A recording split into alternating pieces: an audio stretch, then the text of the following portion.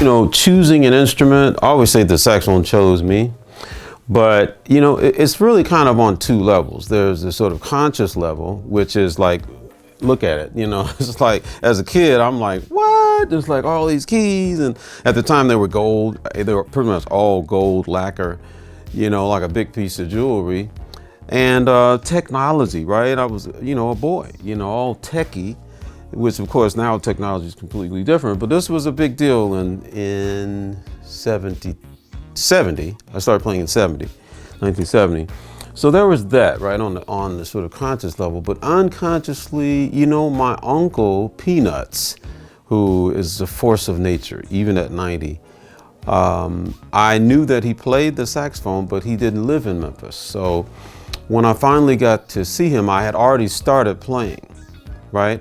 And when I saw him, you know, he came to the house and he's like, well, your dad told me you played the saxophone. Go get it, man. Let me hear you play. And I'm like, oh, wow. So I said, he's going to be impressed, you know, because I'm so good. So I just, you know, I'm playing the best and to me, it sounded like really awesome.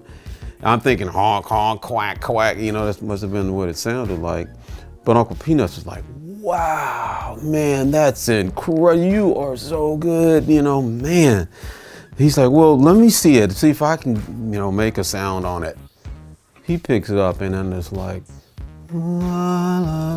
it's like this like angel singing. And so the proximity to somebody who's really good at it, see, that impacted me forever, not only from the standpoint of like, oh my God, I didn't know it could sound like that. Even the very beginning, I was never really about trying to be famous or trying to, you know, be that guy. But I'm narcissistic enough, I'll admit, but I think the thing for me has always been, I want to be good at this. I want to be really, really good, you know, like my uncle, and then ultimately like the great saxophonists like Charles Lloyd, like Hank Crawford, Memphians, who I was able to interact with.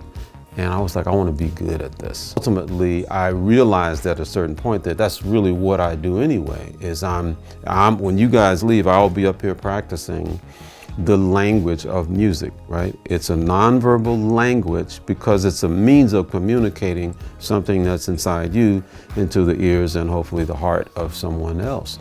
And so it requires a certain abandonment, a certain vulnerability, which is important, right? Because as they say, you know, the thespian, the musician is naked on stage. You can't get up there and be effective if you're not willing to go there. Winning a Grammy was really cool, and you know, I had been nominated at that time 12 times. So the minute I won the Grammy, I guess that week, I sent it to my mom in Kansas City, and hi Helen, and you know, just so grateful for, you know, her believing in me. I mean, she's from the very beginning.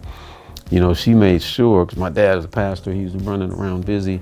She made sure that I got that instrument, you know, the really good one that I had wanted, you know.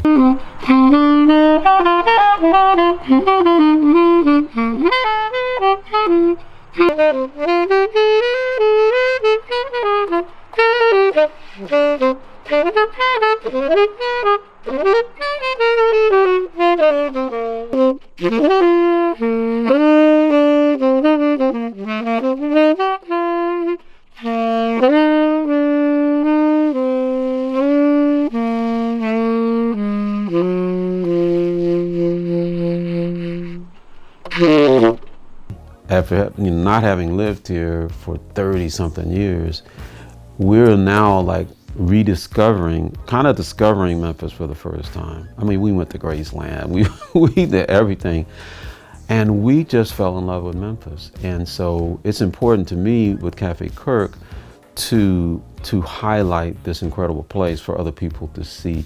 So the idea of Cafe Kirk is something that it's a space, what's called a liminal space. And I didn't know what that word meant until I went to seminary. And a liminal space is a space in between, right? Culturally speaking, it's not a church or a synagogue or a mosque. But it kind of brings that into the center where someone can say, well, I'm going to hear this music, and I know that this person accepts me as I am, and that this person is acknowledging by creating this space my spirituality, that I am a human being and human beings are spiritual at our core.